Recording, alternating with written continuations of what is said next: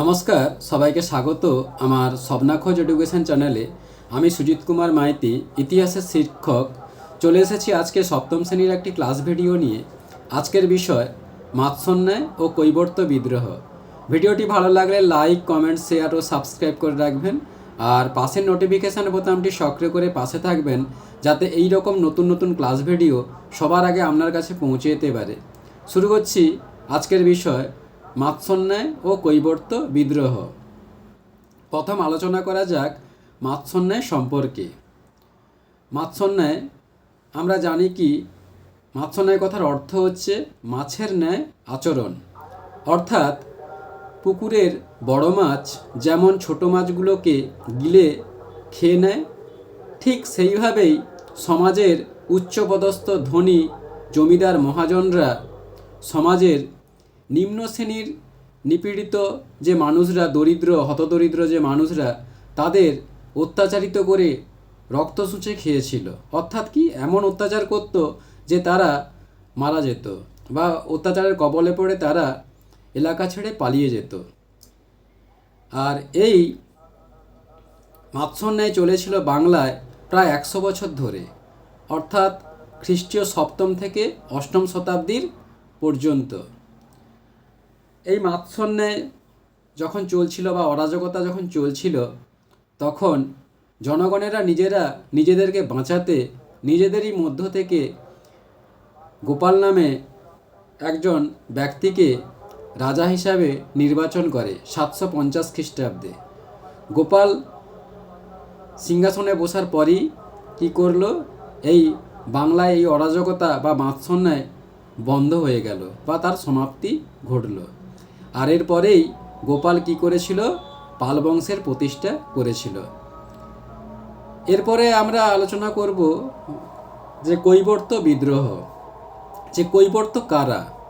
Actually কৈবর্ত হচ্ছে জেলে ও মাঝিরা। এরা কি করত? জেলে মানেই জানো তোমরা, জেলেরা মাছ ধরে, আর নৌকারা কি করে, মাঝিরা কি করে, নৌকা চালায়। আর এই বিদ্রোহটা কেন ঘটবে? যে এই সময় পাল রাজা ছিল দ্বিতীয় মহিপাল। এই দ্বিতীয় মহিপাল এই কৈবর্তদের কাছ থেকে নিষেধাজ্ঞা জারি করেছিল মাছ ধরা ও নৌকা চালানোর উপরে। অর্থাৎ তাদেরকে নৌকা বা মাছ ধরতে গেলে শুল্ক দিয়ে এই কাজগুলো করতে হবে, আর শুল্ক না দিলে তাদের এই মাছ ধরা বা নৌকা চালানো দ্বিতীয় মহিপাল বন্ধ করে দিয়েছিল। আর এর ফলে কি হয়েছিল, কৈবর্তরা ক্ষুব্ধ হয়েছিল, এর ফলেই তারা বিদ্রোহ করেছিল। আর এই বিদ্রোহটা কোথায় হয়েছিল? উত্তর ভারতে। আর সময়কাল যদি বলা যায় একাদশ শতকের দ্বিতীয় ভাগে। আর এই বিদ্রোহের নেতা কারা ছিল? কৈবর্তদের নেতা যে দিব্য, ভীম, রুদক। এবার যুদ্ধ শুরু হবে। যে কিভাবে, যে কৈবর্তদের নেতা দিব্য এই দ্বিতীয় মহিপালের সাথে যুদ্ধ ঘোষণা করে, যুদ্ধ শুরু হয়। আর যুদ্ধের পরিণতি হিসাবে যদি বলা যায় যে যুদ্ধে কি হয়েছে, যে দ্বিতীয় মহিপাল দিব্যর কাছে পরাজিত ও নিহত হয়। এরপর কি করবে, যে তার ভাই, দ্বিতীয় মহিপালের যে ভাই রামপাল, সে কিন্তু বসে থাকেনি। সে তার দাদার হিতরাজ্য অর্থাৎ পাল রাজ্য পুনরুদ্ধার করার জন্য চেষ্টা করবে আর দাদার মৃত্যুর বদলা নেবে। এই কারণে তিনি কি করল, যে পার্শ্ববর্তী যে স্থানীয় ছোট ছোট রাজারা ছিল তাদের সাথে মিলিত হয়ে, ঐক্যবদ্ধ হয়ে শক্তিশালী নিজেকে করল। এরপর তিনি দিব্যর বিরুদ্ধে যুদ্ধ ঘোষণা করে। পরবর্তীকালে দিব্যকে তিনি কি করে, যুদ্ধে পরাজিত করে ও নিহত করে এবং পাল রাজ্য পুনরুদ্ধার করে।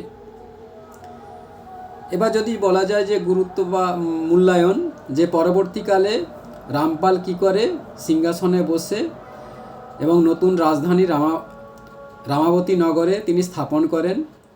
আর এই কৈবর্ত বিদ্রোহ এবং রামপাল সম্পর্কে আমরা জানতে পারব রামপালেরই সভাকবি সন্ধ্যাকর নন্দীর রামচরিত কাব্য থেকে। তা বন্ধুরা, এখানে ক্লাস ভিডিওটি শেষ করলাম। পরবর্তীকালে আবার একটি নতুন ক্লাস ভিডিও নিয়ে উপস্থিত হব। ধন্যবাদ, সবাই ভালো থাকবেন।